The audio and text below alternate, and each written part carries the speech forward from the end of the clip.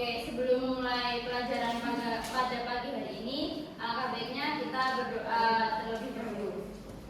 Ayo dipimpin untuk Mbak Dina. Sebelum memulai pelajaran hari ini, kita berdoa terlebih dahulu. Bismillahirrahmanirrahim. Raditu billahi robba wa bil islami dina wa bi Muhammadin nabiyya wa rasulah.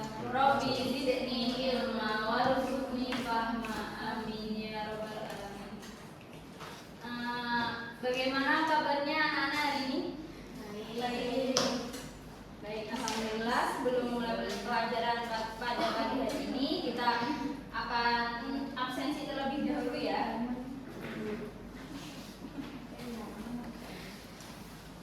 Yang pertama ada Hanum Amalia, kemudian Mutiara Maulida, kemudian Oktaviani, Dina Amalia, Naila Zuria. Kira-kira ada yang tidak berangkat? Ya, berangkat semua ya.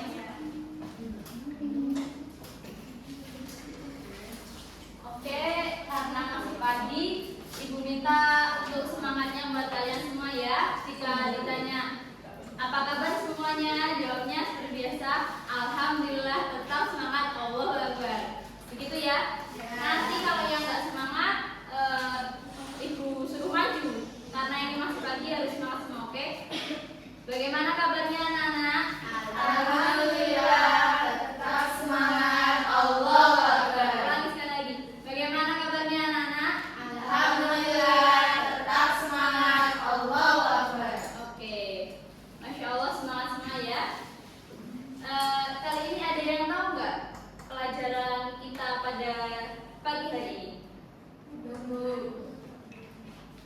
Belum ya? Kita akan belajar materi mengenai Al-Quran hadis. Yang materinya yaitu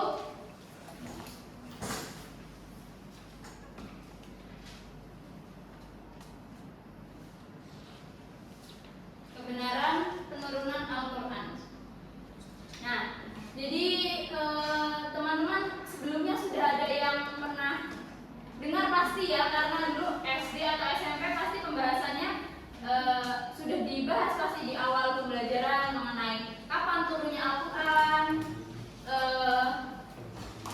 siapa yang menerima wahyu, kemudian perantaranya siapa, pasti sudah tahu semua ya. Nah, pelajaran kali ini kita akan lebih menguatkan lagi mengenai materi kebenaran penurunan Al-Quran.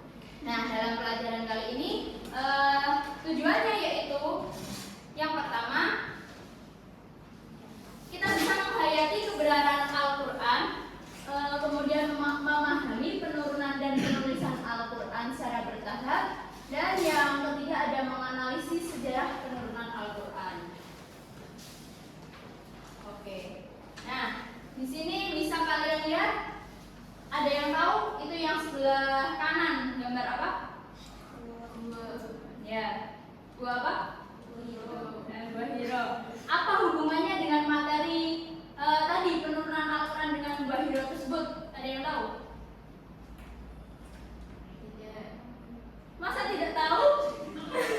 Ayo, yang bisa jawab nanti mendapat poin tambahan. Hubungannya apa? Ayo. Buah hiro hubungannya yaitu karena Al-Quran pertama kali kan diturunkan di buah hiro. Nah, begitu. Kemudian sampingnya ada yang tahu?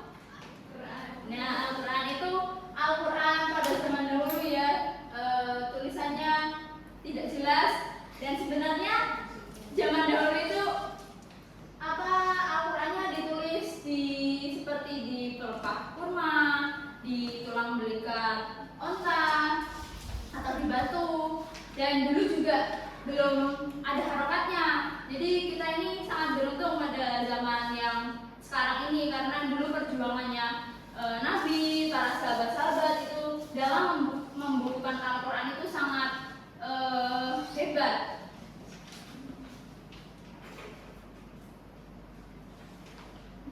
Oke, selanjutnya. Nah,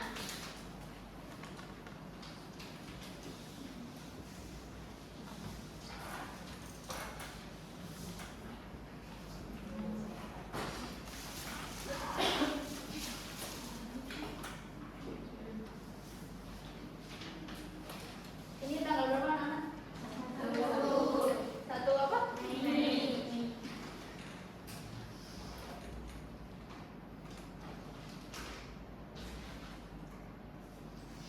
Ada yang tahu kapan pertama kali Al-Quran diturunkan? Yang keras dong, Bagina, ayo apa? Kapan? 17 Ramadan. Iya, betul sekali. 17 Ramadan. Ada yang lebih tahu tepatnya itu kapan? Tidak tahu ya. Jadi tepatnya itu Al-Quran diturunkan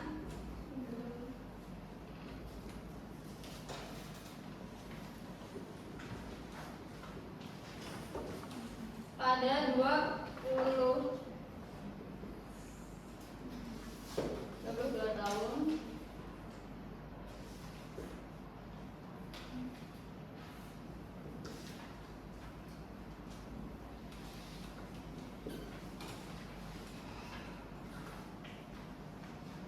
coba dibaca kapan turunnya Al-Quran? 22 tahun, 2 bulan, 22 hari, 14 Ramadan. Ya.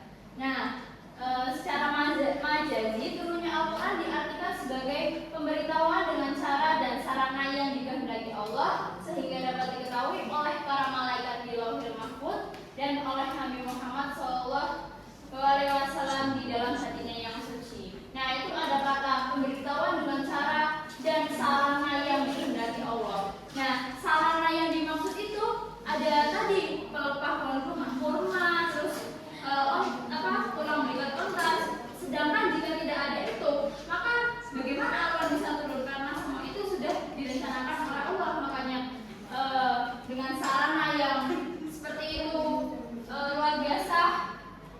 Kemudian ada pendapat diturunkannya Al-Quran. Nah, di sini ada 3 pendapat. Yang pertama, Al-Quran sekaligus pada malam Lailatul Qadar ini diturunkan pada malam Lailatul Qadar pada 20 tahun atau 23 tahun atau 25 tahun. Pendapat ini disampaikan oleh At-Tabari dari Ibnu Abbas. Kemudian pendapat yang kedua,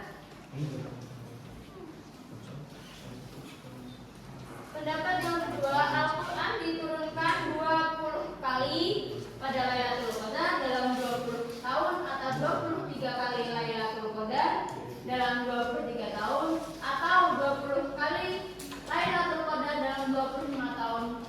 Nah, ini 20 kali Lailatul Qadar. Jadi setiap tahun pada malam Lailatul Qadar itu Al-Quran diturunkan secara berangsur-angsur melalui perantara malaikat Jibril, kemudian Nabi Muhammad, kemudian diturunkan ke langit, kemudian yang terakhir diturunkan ke dunia. Nah, pendapat yang terakhir ini Al-Quran diturunkan melalui 3, yaitu Lauhul Mahfuz, kemudian Baitul Izzah atau langit dunia, yang ketiga baru diturunkan ke dunia. Nah, di pendapat yang ketiga ini ada seorang sejarawan yang tidak setuju dengan pendapat ini karena beliau berpikir bahwasanya Lauhul Mahfuz kan kita tidak bisa melihat ya. Itu pemikirannya beliau itu Lauhul Mahfuz itu gaib. Jadi pendapat itu dia tidak setuju gara-gara hal tersebut.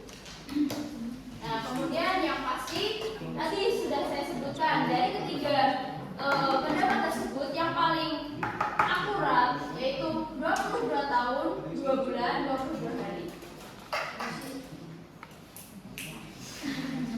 Nah, ada yang tahu Al-Quran diturunkan, ayat Al-Quran yang pertama kali diturunkan surat apa? Al-Alaq. Oke. Coba dibaca bareng-bareng.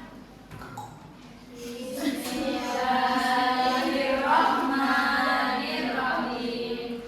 Iqra bismi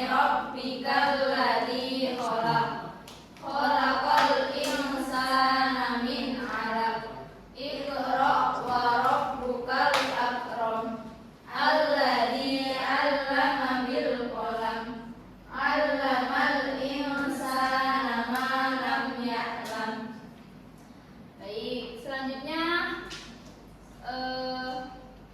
ini Ibu jelaskan secara singkat saja karena untuk memanfaatkan waktu. Yang pertama ini ada kepenulisan Al-Quran itu ada 3 tahap. Yang pertama pada zaman Nabi, kemudian yang kedua ada zaman Abu Bakar.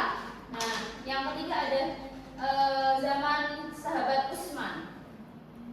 Nah, untuk yang pertama itu pada zaman Nabi ini masih banyak penghafal Al-Quran. Jadi ini masih kayak apa ya?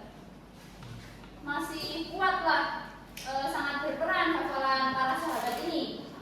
Kemudian yang kedua, mulai ada perang yang namanya perang Yamamah yang yang ada pada zaman Abu Bakar, itu perang Yamamah, dan perang ini mematikan beberapa sahabat, yaitu yang menghafal Al-Quran.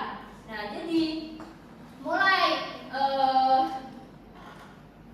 Abu Bakar memerintahkan Zaid untuk mengumpulkan Al-Quran. Dan yang terakhir ada pada zaman Utsman. Pada zaman Utsman ini Al-Quran berceceran, kemudian sahabat Utsman berpikir bagaimana cara mengumpulkannya agar menjadi satu mushaf yang baik kemudian disebarkan ke seluruh dunia. Nah, kemudian sahabat Utsman ini membukukan menjadi satu mushaf, kemudian menyebarkan ke seluruh dunia melalui dakwah-dakwah, dan sampai sekarang yang saat ini Al-Quran yang kita baca sehari-hari. Oke, langsung saja karena materi sudah selesai. Ibu ada satu kuis ya, pertanyaan.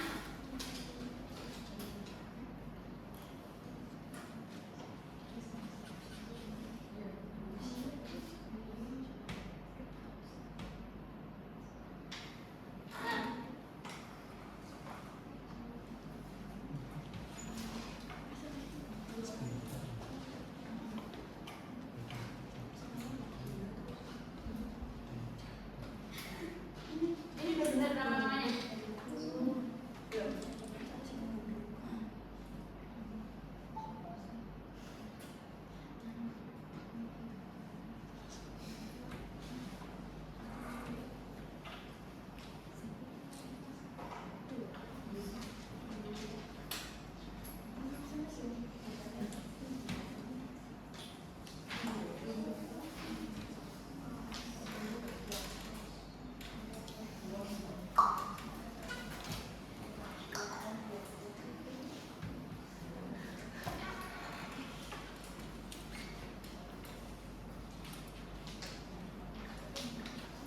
Ini saya mulai ya. Oke, yang terpilih maju ke depan. Silakan. Ayo cepat. Pilih satu. Langsung itu dijawab ya. Ayo berdiri. Dibaca yang keras. Ini pertanyaan seputar tadi, jadi yang mendengarkan insya Allah bisa menjawab. Ayo dibaca Mbak. Jelaskan proses turunnya Al-Quran secara berangsur-angsur. Nah, di sini masih ada. Dari zaman Nabi, terus sahabat Abu Bakar, kemudian sahabat Utsman. Ya,